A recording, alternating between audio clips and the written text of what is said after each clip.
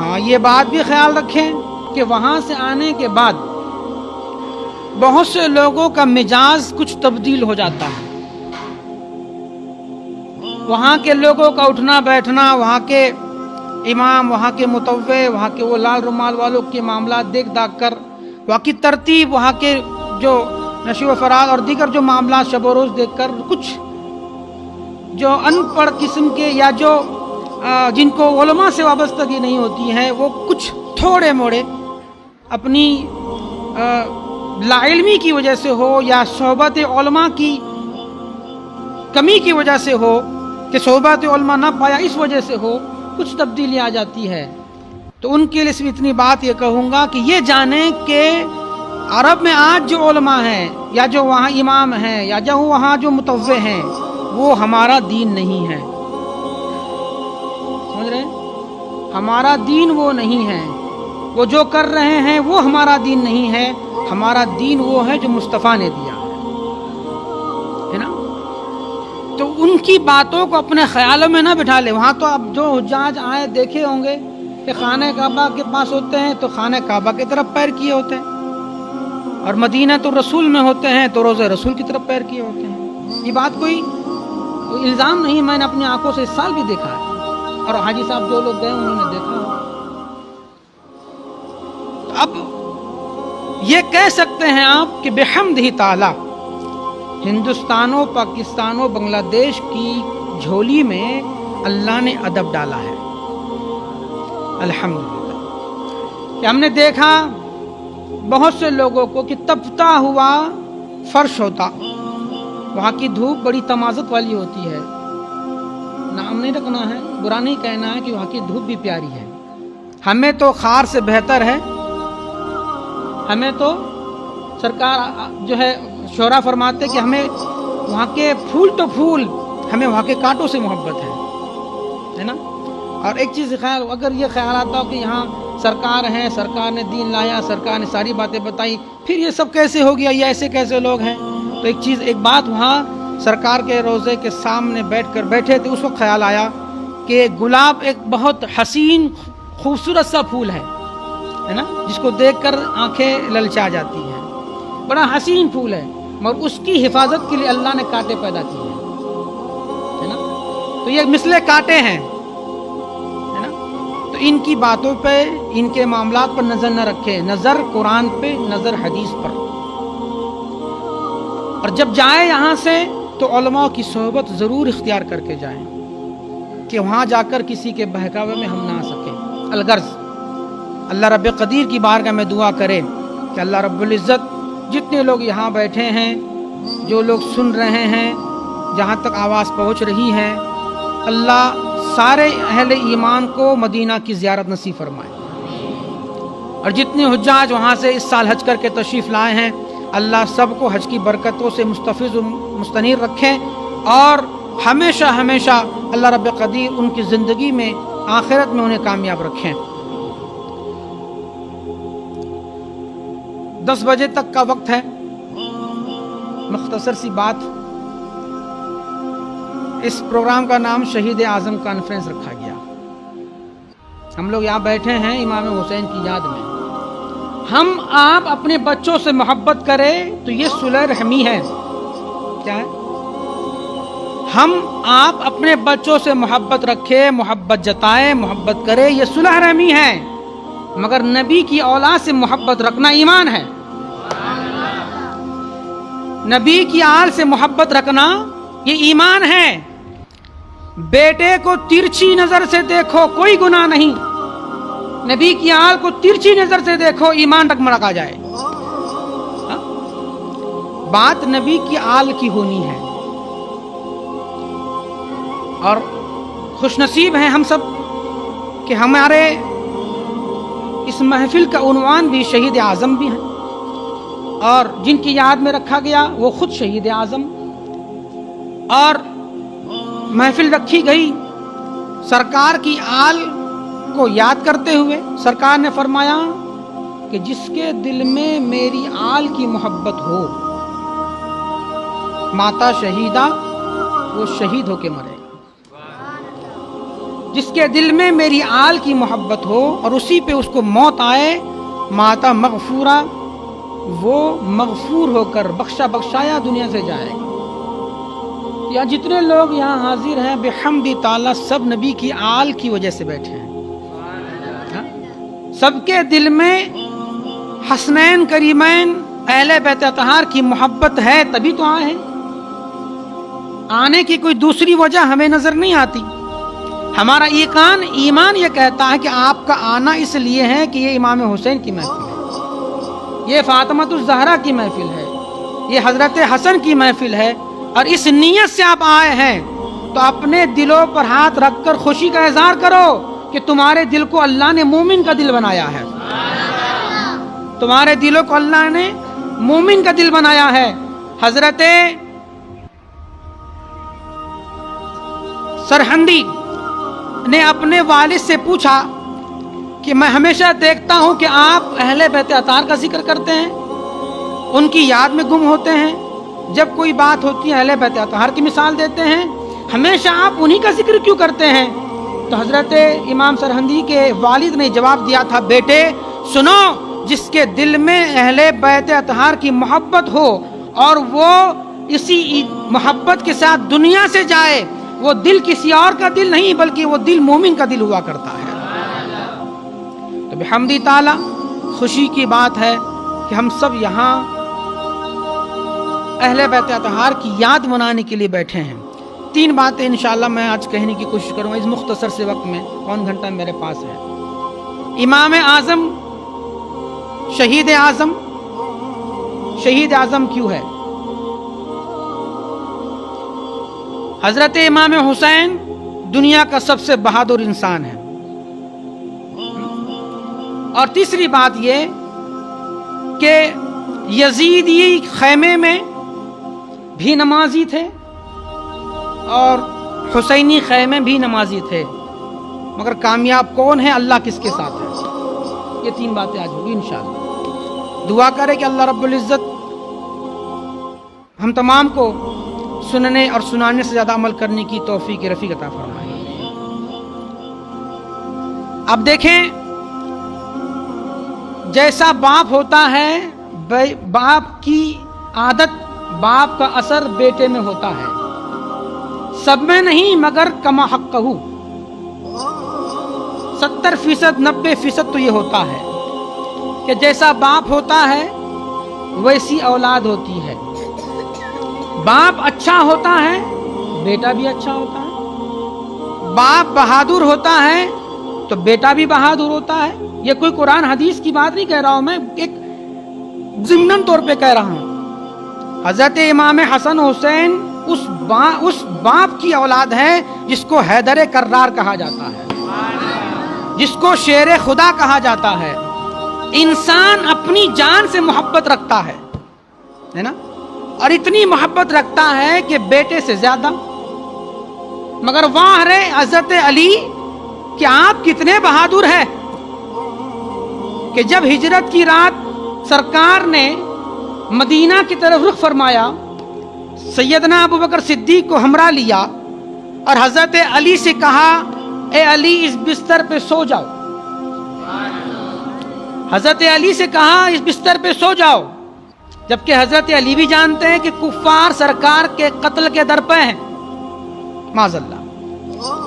یہ حضرت علی بھی جانتے ہیں کہ کفار اس طاق میں ہیں کہ موقع ملے تو معاذ اللہ محمد رسول اللہ کو شہید کر دیا جائے، قتل کر دیا جائے۔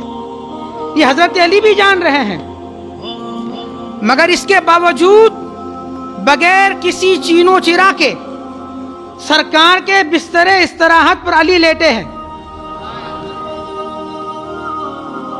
صوفیہ فرماتے ہیں کہ یہ بات کوئی عام آدمی نہیں کر سکتا۔ ایک تو اس کے اندر 2 باتیں ہیں۔ ایک تو یہ کہ علی کے دل میں نبی کی محبت ایسی ہے کہ اپنی جان سے زیادہ، اور دوسری بات یہ کہ نبی کی بات پہ اتنا یقین ہے کہ نبی نے فرمایا علی کل تم آ جانا تو دنیا کی کوئی طاقت علی کو مار نہیں سکتی ہے۔ سمجھ میں آ رہی بات؟ تو بہادر بیٹا، بہادر باپ کا بہادر بیٹا دنیا میں ایسا پہلا شہید ہے جس کی خبر ان کی ولادت کے وقت دی گئی. یہ بچہ پیدا ہوا جس کا نام آپ نے حسین رکھا، اس بچے کو فلاں مقام پر شہید کر دیا جائے گا. لوگ کہتے ہیں کہ کربلا کی تاریخ 150-200 سال کے بعد لکھی گئی. تاریخ کی باتیں ہیں، کس سے کہانیاں ہیں. چلو تمہاری بات اگر اس معاملے میں تھوڑی سی مان بھی لی جائے کہ کچھ باتیں لوگوں نے اپنے طرف سے گھڑ لی ہے، شیعہ لوگوں نے، مگر بخاری شریف کے اندر، مسلم شریف کے اندر ایک باب امام بخاری نے باندھا ہے جس میں تذکرہ امام حسین کا ہے. اور نا سبحان اللہ. گویا میرا نبی یہ جانتا ہے کہ زین العابدین بیمار ہوں گے، ساتھ میں اور دوسرا کوئی نہیں ہوگا کہ جو حالات کو لکھے. اس لیے نبی نے حسین کے پیدا ہونے کے ساتھ ہی حضرت امام حسین کی تاریخ کو لکھ دیا تھا، کہہ دیا تھا، جس کو بعد میں صحابہ نے نقل کروایا ہے. اب یہ بات آپ اس کو اور آسان کر کے میں سمجھوں گا، آپ سمجھ جائیں گے انشاءاللہ. سرکار کی بارگاہ میں فرشتہ مٹی کو لے کے حاضر ہوا، سنا ہے آپ نے؟ کہا یا رسول اللہ صلی اللہ تعالی وسلم، یہ وہ مٹی ہے جہاں آپ کے بیٹے کو شہید کر دیا جائے گا. جب ان کو شہید کیا جائے گا یہ مٹی سرخ ہو جائے گی، خون آلود ہو جائے گی. سرکار صلی اللہ تبارک وسلم فرشتے سے ہم کلام ہے. سرکار نے حضرت سلمہ سے کہا کہ دروازے پہ کھڑی ہو جا اور اندر کسی کو مت آنے دینا. حضرت امام حسین اس وقت میں چھوٹے تھے، ایام طفلی گزار رہے تھے. دروازے پہ پہنچے تو حضرت ام سلمہ نے روک دیا کہ بیٹا اندر نہ جانا. سرکار نے فرمایا کوئی اندر نہ آئے. روایتوں میں ہے کہ حضرت امام حسین نے کہا اے میری نانی جان، آپ مجھے کوئی کہہ رہی ہو؟ کہو نا سبحان اللہ. کیا میں کوئی ہوں؟ میں تو رسول اللہ کا نواسا ہوں، اور مجھے کون ہے روکنے والا؟ جب میرے رسول نے فرمایا، آواز اندر آئی. روایتوں میں کہ اندر آواز آئی، سرکار نے کچھ فرمایا نہیں، مگر حضرت امام حسین اندر دوڑے. اور حدیث شریف میں ایک جملہ ہے کہ بے تحاشا دوڑے. اب دیکھیں گے بچوں کی عادت ہوتی ہے جب باپ سے یا ماں سے لپٹتا ہے تو اپنے آپ کو چھوڑ دیتا ہے نا. باپ یا ماں اسے سنبھالتی، وہ جانتا ہے کہ میرا باپ یا میری ماں مجھے سنبھال لے گی. حضرت امام حسین بھی بے تحاشا دوڑے. سرکار نے سنبھالا، اپنے زانوئے مبارک پہ بٹھایا. سبحان اللہ. فرشتے نے کہا یا رسول اللہ، کیا آپ اس سے محبت کرتے ہیں؟ سرکار نے فرمایا ہاں. کہا ایک وقت آئے گا کہ آپ کی امت کے کچھ افراد اسے شہید کر دیں گے. مٹی دی اور کہا جب یہ شہید ہو جائیں گے تو یہ مٹی سرخ ہو جائے گی. مٹی کہاں ہے؟ بولو، مٹی کہاں ہے؟ مدینے میں. شہید کہاں ہوں گے؟ کربلا میں. اب یہاں ایک نقطہ فقہا نے، صوفیاء نے اور مفسرین نے ایک بڑا پیارا نقطہ بیان کیا کہ آج لوگ کہنے والے کہتے ہیں کہ نبی کو خبر نہیں. نبی کو خبر نہیں، نبی کو یہاں وہاں کی پیٹھ کی پیچھے کی خبر نہیں. معاذ اللہ. ہمارا درود پہنچتا ہے کہ نہیں پہنچتا یہ خبر نہیں. معاذ اللہ. نہ جانے کیا کیا کہتے ہیں. مگر یہ مٹی کا سرخ ہونا، اب مٹی کے پاس کون سا فون آئے گا، کون سا میسج آئے گا کہ شہید ہو گیا اب سرخ ہو جا؟ کوئی میسج نہیں، کوئی ٹیلی فون نہیں. پھر سرخ کیسے ہوگی؟ تو فقہا فرماتے ہیں کہ جس مٹی پر اللہ کے محبوبین کا گزر ہونا ہو انہیں بھی درد کا احساس ہوتا ہے. اور جب مٹی کو درد کا احساس ہوتا ہے تو سید کائنات کو کیوں نہیں ہوتا ہے نا. میلوں دور مٹی جب سرخ ہو سکتی ہے. اچھا، مٹی سرکار نے اپنے ہاتھوں میں لیا اور اس وقت میں حضرت علی بھی موجود ہے، حضرت سیدہ فاطمہ بھی موجود ہے، حضرت عائشہ بھی موجود ہے. مگر سرکار نے مٹی دیا کس کو ہے؟ سبحان اللہ، کون سبحان اللہ؟ سرکار کے علم غیب کا ثبوت ہے۔ سرکار نے مٹی دیا کس کو ہے؟ نہ حضرت عائشہ کو دیا، نہ حضرت فاطمہ کو دیا جو ماں ہے، نہ حضرت علی کو دیا جو باپ ہے۔ حضرت سلمہ کو بلایا اور کہا اے سلمہ اسے رکھو سنبھال کر، جب میرا یہ بیٹا شہید ہو جائے گا یہ مٹی لال ہو جائے گی۔ فقہا فرماتے ہیں حضرت علی کو کیوں نہ دیا، حضرت فاطمہ کو کیوں نہ دیا، حضرت عائشہ کو کیوں نہ دیا؟ دو جملے میں بات اگر ختم کروں تو یہ کہ میرا نبی جانتا تھا، میرے نبی کو علم تھا، میرے نبی کو یہ خبر تھی کہ جب حضرت امام حسین شہید ہوں گے تو نہ فاطمہ ہوگی، نہ علی ہوں گے، نہ عائشہ ہوگی، اس وقت مٹی کو دیکھنے والا کوئی ہوگا وہ صرف سلمہ ہوگی، اس لیے سلمہ کے ہاتھ میں دے دو تاکہ مٹی بھی محفوظ رہے۔ یہ میرے نبی کے علم غیب کا ثبوت ہے نا۔ اب یہ بات میں نے شروع کی کہ حضرت علی کا بیٹا، بہادر باپ کا بہادر بیٹا، دنیا میں ایک پہلا شہید ہے اور دنیا کا آخری شہید ہے جس کی شہادت کی خبر ان کی ولادت کے بعد دے دی گئی۔ جب کسی کو آپ دیکھیں سنیں گے کہ کسی کو پھانسی ہونے والی ہے اور اس کو بتا دیا جائے گا فلاں تاریخ میں فلاں صبح کو تم کو پھانسی دے دی جائے گی، اب تصور کریں آپ میں سے کسی کو یہ خبر ہو جائے کہ آج صبح کو میری موت ہونی ہے، رات بھر نیند آئے گی؟ بولو نا، رات بھر نیند آئے گی؟ کھانا گلے سے اترے گا؟ پانی کا گھونٹ حلق سے نیچے اترے گا؟ مگر 61 سال یا 54 سال حضرت امام حسین حیات سے رہے، اور یہ نہیں کہ ڈرتے کانپتے سہمتے، بلکہ شیر کا بیٹا شیر کی طرح رہا۔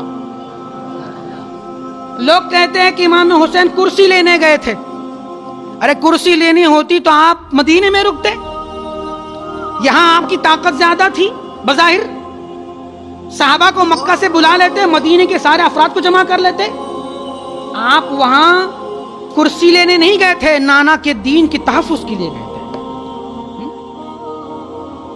دنیا کا پہلا شہید ہے کہ جس کی خبر پہلے سے ہے کہ میں کربلا جاؤں گا تو واپس نہیں آؤں گا۔ یہ امام حسین بھی جانتے ہیں کہ کربلا جانے کے بعد واپسی نہیں ہے، پھر جا رہے ہیں۔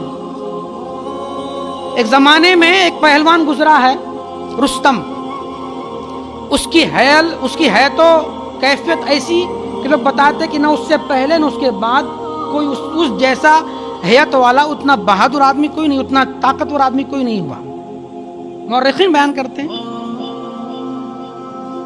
مگر اس کے تعلق سے روایت ملتی ہے کہ ایک مقام پہ وہ شکست ہو گئی اور اپنی شکست کو چھپانے کے لیے جو ہے اس نے دوسرا روپ دھارن کیا اور ایک مقام پہ جا کر ایک خاتون سے شادی کی۔ جب اس کی بیوی حاملہ ہوئی تو اس نے بیوی سے کہا کہ اگر بیٹی ہو جائے تو تیری اور بیٹا ہو جائے تو میرا، اور بیٹا اگر ہو جائے تو یہ بازو بند اسے باندھ دینا اور یہ کمر بند، یہ کمر کا پٹا اسے باندھ دینا۔ مگر اس کی بیوی نے سوچا جب اگر ایسی بات ہے تو پھر بعد میں دیکھیں گے۔ الغرض یہ کہ ایام بیتے، مہینوں کے بعد اس کے یہاں بیٹا پیدا ہوا، مگر اس نے چٹھی لکھ کر رستم کو خبر کی کہ تم کو بیٹی ہوئی ہے، اس لیے کہ کہیں ایسا نہ ہو کہ بیٹے کو لے جائے۔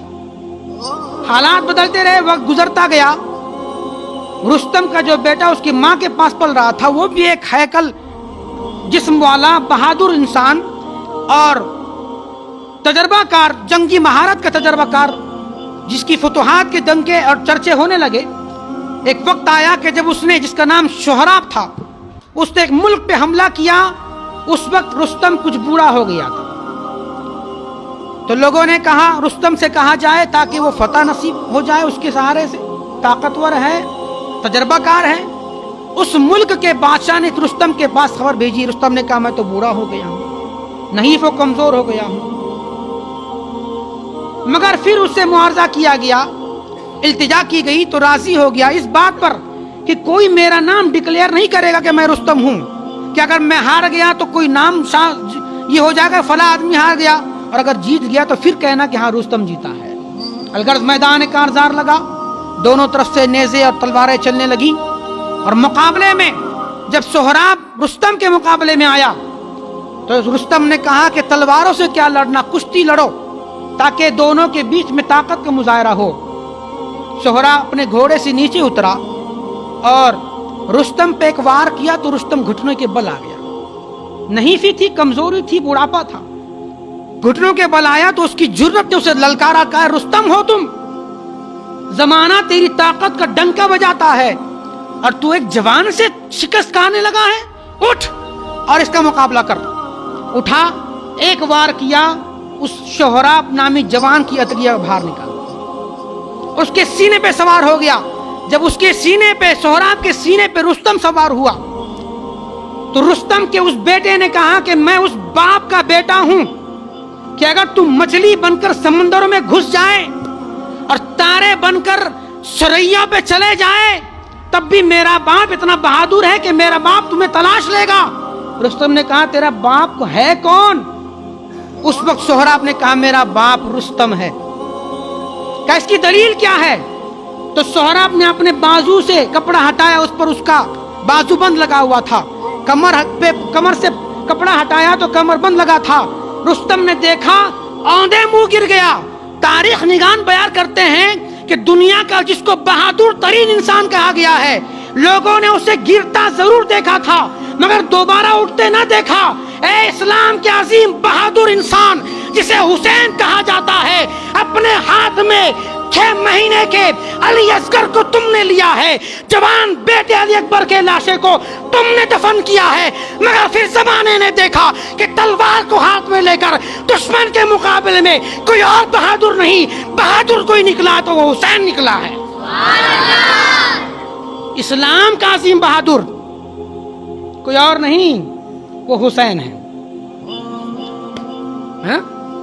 بیٹے کی موت پر گر جانے والا، دنیا میں اپنی نام اور اپنی شہرت اور اپنی طاقت کا جو ہے لوہا منوانے والا رستم، بیٹی کی موت پہ گرا تو اٹھا نہیں، مگر واہ حسین، مگر واہ حسین، قربان تیری شجاعت و جرأت پر کہ تو نے 6 مہینے کے علی اصغر کو اپنے ہاتھوں سے دفن کیا ہے، ان کے حلقوم سے اپنے ہاتھوں سے تیر کو نکالا ہے، مگر تیرے قدموں میں ذرہ برابر لغزش نہیں آئی، تو پیچھے نہیں ہٹا، ایسے لڑا ہے جیسے شیر کا بچہ لڑتا ہو۔ دنیا کا سب سے بہادر انسان۔ بات سمجھ میں آئی؟ سمجھ میں آ رہی بات میری؟ ایک بات تو ہو گئی، شہید اعظم کیوں؟ شہید اعظم اس لیے کہ دنیا میں ایسا کوئی نہیں آیا جس کی شہادت کی خبر پہلے دی گئی سوائے امام حسین کے۔ حضرت امیر حمزہ کو سید الشہداء کہا جاتا ہے، مگر مورخین یہاں یہ بات کہتے کہ سید الشہداء وہ میدان احد تک ہے کہ اس میں جتنے شہید ہوئے اس کے سردار،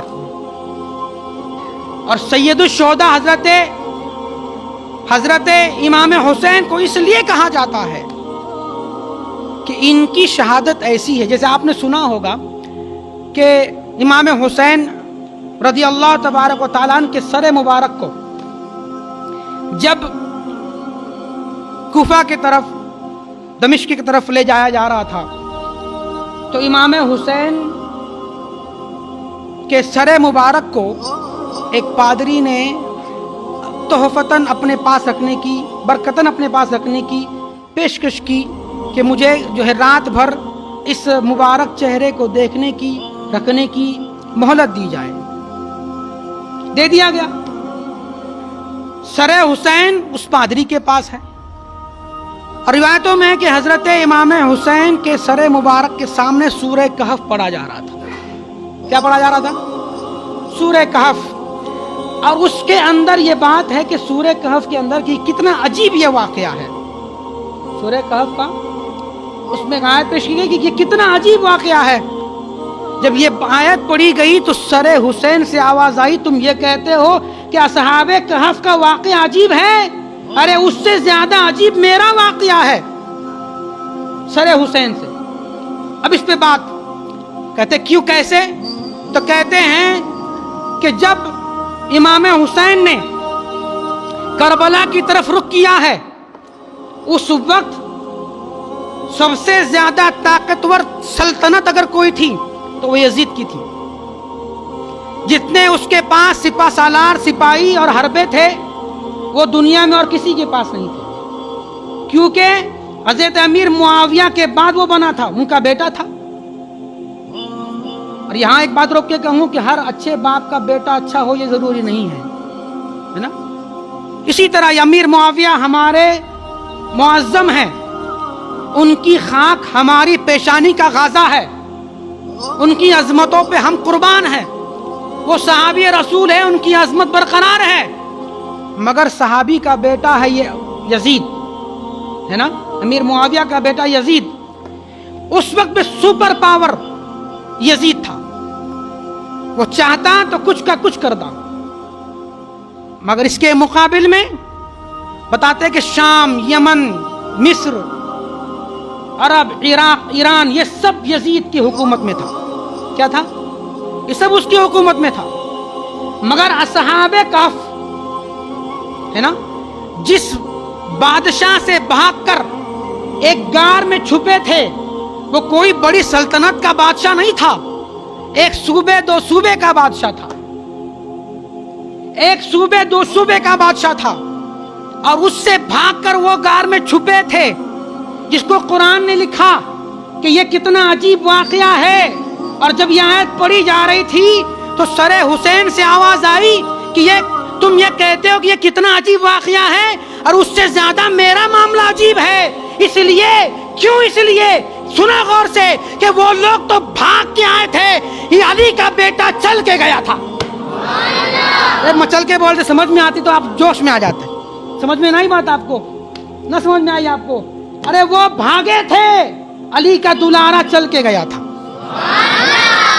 یہ موت سے ڈر کے بھاگے تھے۔ علی کا بیٹا جانتا تھا کہ کربلا سے واپس نہیں لوٹنا ہے، پھر بھی کربلا گئے تھے۔ تب بتاؤ اصحاب کہف کا معاملہ زیادہ عجیب تر ہے کہ امام حسین کا معاملہ زیادہ عجیب تر ہے؟ سمجھائی بات؟ پھر یہ کہ وہ اپنی جانیں بچانے کے لیے بھاگے تاکہ جان بچ جائے، زندگی باقی رہے۔ فقہ کہتے ہیں کہ امام حسین جان دینے گئے، کیونکہ جانتے تھے میرے رسول نے فرمایا ہے، جان دینے گئے، اپنی جان بچانے نہیں، مصطفیٰ کا دین بچانے گئے۔ تو کہتے ہیں کہ یہ واقعہ امام حسین کا واقعہ اصحاب کہف کے واقعے سے زیادہ عجیب تر ہے، اس لیے کہ یہاں جان دینا ہے، وہاں جان بچانا ہے۔ سمجھا گی بات؟ اس لیے امام اعظم، امام سید الشہداء، امام حسین کو سید الشہداء کہا جاتا ہے۔ آئی بات سمجھ میں؟ سمجھ میں آ گئی بات؟ دو باتیں ہو گئی، 15 منٹ باقی ہے، زیادہ ہو جائے تو معذرت، کہی نا انشاءاللہ۔ درشی پڑھ لیجیے، اللہم صلی علی سیدنا شفیعنا حبیبنا مولانا محمد معدن الجود الکرم وعلی آلہ وصحابہ وبارک وسلم صلاۃ و سلاما علیک یا رسول اللہ صلی اللہ تعالی علیہ وسلم۔ امام حسین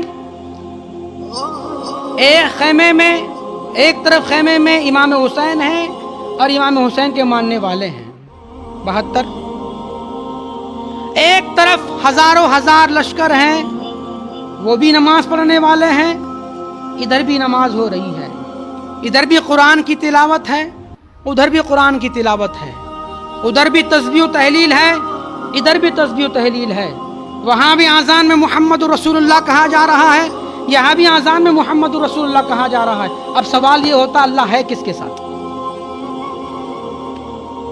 اللہ ہے کس کے ساتھ؟ ذہن و فکر کو حاضر رکھیں گے تو انشاءاللہ بات سمجھ میں آ جائے گی انشاءاللہ۔ اس سے پہلے چند ایک باتیں، امام حسین رضی اللہ تعالیٰ عنہ کا مرتبہ صحابہ نے کر کے سرکار نے فرمایا ستفترق امتی علی 73 ملہ کلہم فی النار الا ملۃ واحدہ۔ سرکار سے پوچھا گیا یا رسول اللہ کون ہے وہ جو ناجی ہے، بخشا بخشایا ہے؟ سرکار نے فرمایا ما انا علیہ و صحابی، اس پر میں اور میرے صحابہ ہیں۔ صحابہ کی زندگی کے اوراق الٹ کے دیکھو، صحابہ نے حضرات حسنین کریمین سے کیسی محبت کی ہے۔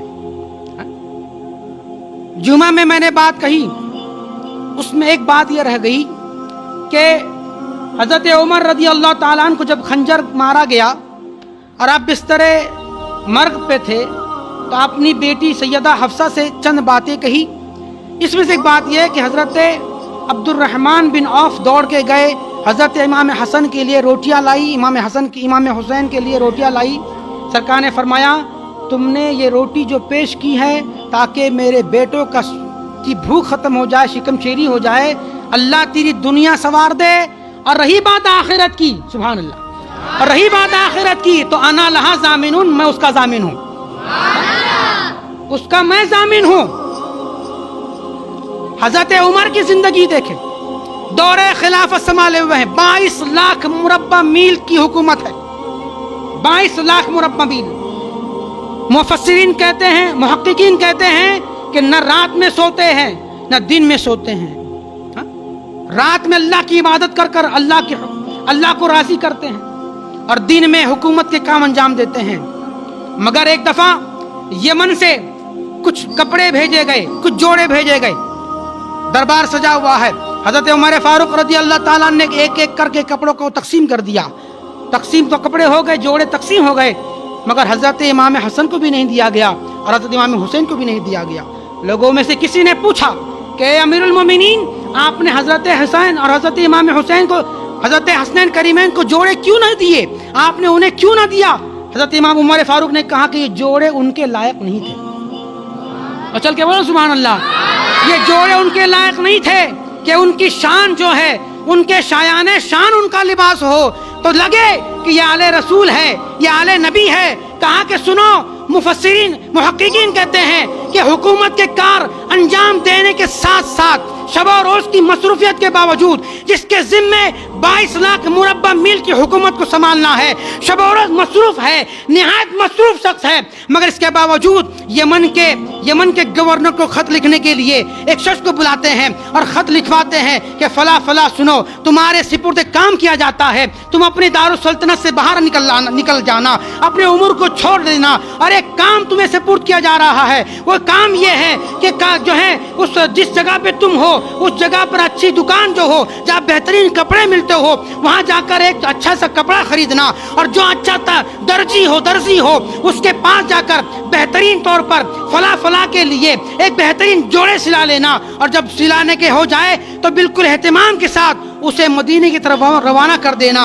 الغرض محققین کہتے ہیں کہ جب یمن سے قافلہ آیا، دیکھا بڑے چیز کو احتشام کے ساتھ وہ قافلہ آ رہا ہے، ایسا محسوس ہوتا ہے کہ کوئی بڑی چیز لانے والا کوئی ہے، کوئی بڑی معظم اور معتبر کوئی چیز ہے۔ مدینے میں جب داخل ہوا ہے وہ قافلہ، اور سیدھے قافلہ داخل ہو کر جو ہے حضرت عمر فاروق کے خیمے کے پاس رکتا ہے، آپ کے گھر اقدس کے پاس رکتا ہے، آپ کے گھر کے پاس رکتا ہے۔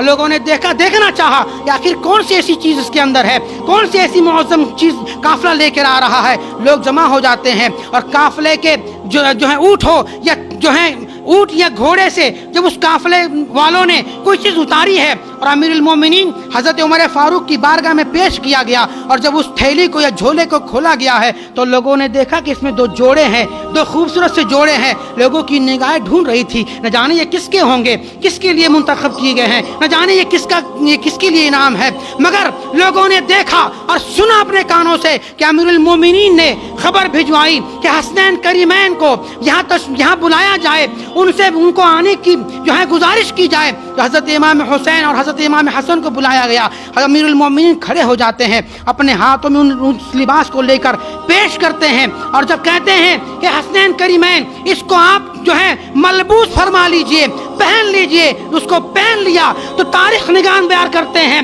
کہ اس دن عمر فاروق نے اپنے سینے پہ ہاتھ رکھا تھا اور کہا تھا اے لوگوں، آج عمر کے سینے کو ٹھنڈک پہنچی ہے، آج عمر کے سینے کو ٹھنڈک پہنچی ہے۔ وہ نہایت مصروف انسان، وہ عمر فاروق جس کے ہاتھوں میں شب و روز کام ہے، جس کے پاس 1 منٹ کی چھٹی نہیں ہے، اس نے امام حسنین کریمین کے لیے ایسے انتظامات کیے کہ دنیا یہ دیکھے اور سمجھے کہ صحابہ کے دلوں میں حسنین کریمین کی، اہل بیت اطہار کی کیسی محبت ہے۔ ایسی محبت تم بھی اپنی سینوں میں پیدا کرو۔ یہ تو نہیں ہو سکتا کہ تم ان کے لیے لباس پیش کرو، مگر ایسی محبت رکھو کہ اہل نبی سے کوئی ایسا ہو جو سید زادے ہو، ان سے اپنی محبت کا اظہار کرتے رہو، تمہارے دل ایمان کی روشنی سے جگمگاتے رہیں گے۔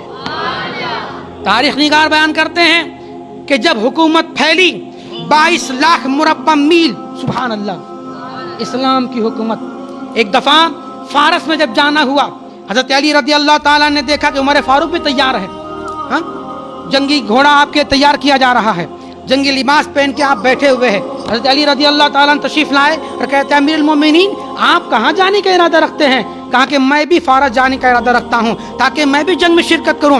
امیر المومنین سے حضرت علی نے کہا اے امیر المومنین آپ یہاں نہ جائے، آپ قطب ہے، آپ یہی گڑے رہے، آپ یہی بیٹھے رہے، آپ کا یہاں بیٹھنا کافروں کے سینوں میں کھجلان پیدا کرتا ہے، آپ یہاں بیٹھے رہے، مشورے دیتے رہے، انشاءاللہ مسلمان فتوح پاتے رہیں گے۔ وہ عظیم سپاہ، وہ عظیم لشکر کا عظیم سپاہ سالار، یا یہ کہ عظیم لشکر کا عظیم امیر المومنین جو مدینے میں بیٹھ کر 22 لاکھ مربع میل پر حکومت کر رہا ہے۔ اب دور آیا کہ حکومت کے کار انجام دینے کے لیے ایک فوج کی تشکیل کی جائے اور اس میں گروپ وائز کیا جائے تاکہ اس علاقے کو کوئی سنبھالے، اس علاقے کو فلاں سنبھالے، اس علاقے کو فلاں سنبھالے۔ اور میں بتاؤں آپ کو چوکیاں جو بنی ہے نا، یہ پولیس چوکیاں، اس کے موجد جو ہے وہ عمر فاروق ہے، بولو نا سبحان اللہ، اس کے موجد عمر فاروق ہے۔ یہ فوج تیار کرنے والا کوئی اور پہلا انسان ہے تو وہ عمر فاروق ہے، سبحان اللہ، ہے نا۔ یہ عمر فاروق کی کارکردگی ہے جو آج تک چلی آ رہی ہے، یہ اسلام ہے۔ تبھی تو کسی نے کہا تھا، ہندوستان کے کسی نام نہیں لوں گا یہاں پر، کہ اگر میرے پاس بھی عمر اور خالد بن ولید جیسے 2 سپاہ سالار ہوتے تو میں مہینے بھر میں ہندوستان کو فتح کر لیتا۔ مہینہ بہت کہہ دیا، ارے عمر اس ذات کا نام ہے، خالد اس ذات کا نام ہے کہ خالد بن ولید کا نام سن کر تخت فارس پہ بیٹھا ہوا وہاں کا بادشاہ جب اسے خبر ہوئی کہ خالد بن ولید نے فارس میں انٹری کر دی ہے، تخت پہ مر گیا۔ وہ دہشت تھی، آہا سبحان اللہ، مسلمانوں وہ دہشت تھی تمہارے امیروں کی، ہاں داخل ہو گئے کہ سرحد میں داخل ہو گئے خالد بن ولید، سنا ختم، ضرورت ہی نہیں تلوار اٹھانے کی، ہاں وہ دور گزرا ہے، وہ حسین دور، سنہرا دور گزرا ہے۔ اللہ ویسا کوئی بہادر پھر بھیجے۔ الغرض عمر فاروق نے یہ کہا کہ اس فوج کی ترتیب دی جائے۔ لوگوں نے مشورہ دیا کہ امیر المومنین فوج کی ترتیب کیسے دی جائے؟ اس کے لیے پہلے مردم شماری کرنا پڑے گی، لوگوں کو جمع کرنا پڑے گا، لوگوں کو گننا پڑے گا۔ امیر المومنین نے مردم شماری بھی سب سے پہلے امیر المومنین عمر فاروق نے کی ہے۔ جن گننا ہے نا، کس نے کیا؟ سب سے پہلا انسان اس زمین پر کوئی ہے جس نے جن گننا کیا ہے، مردم شماری عمر فاروق ہے۔ ہمارے آپ کے آقا امیر المومنین عمر فاروق ہے، سبحان اللہ۔ اے اسلام تیری عظمت کو سلام، سبحان اللہ، کیسے کیسے ہیرے اور جواہرات تو نے چھپا رکھے ہیں۔ الغرض لوگوں نے مشورہ دیا تو کہا کہ سنو، مردم شماری کی جائے گی، لوگوں کو جمع کیا جائے گا، لوگوں کو اکٹھا کیا جائے گا۔ کہ کیسے ہوگا، اس میں ترتیب کیسے لگائیں گے؟ امیر المومنین نے کہا سب سے پہلے رسول اللہ کا گھر گنا جائے گا، رسول اللہ صلی اللہ علیہ وسلم کے کاشان نبوت سے جڑے ہوئے جتنے افراد ہیں سب کے نام درج کیے جائیں گے، سبحان اللہ۔ اس کے بعد آپ کے والد، اس کے بعد آپ کے والد ابو لہب تک پھر پہنچے، چچا تک، ابو طالب تک، پھر یہ اس کے بعد فلاں قبیلے کا بندہ، پھر فلاں قبیلے کا، پھر فلاں قبیلے کا، سب قبیلے بانٹ دیے گئے، لوگوں کو گن لیا گیا، مردم شماری ہو گئی۔ اب درجے بانٹنے تھے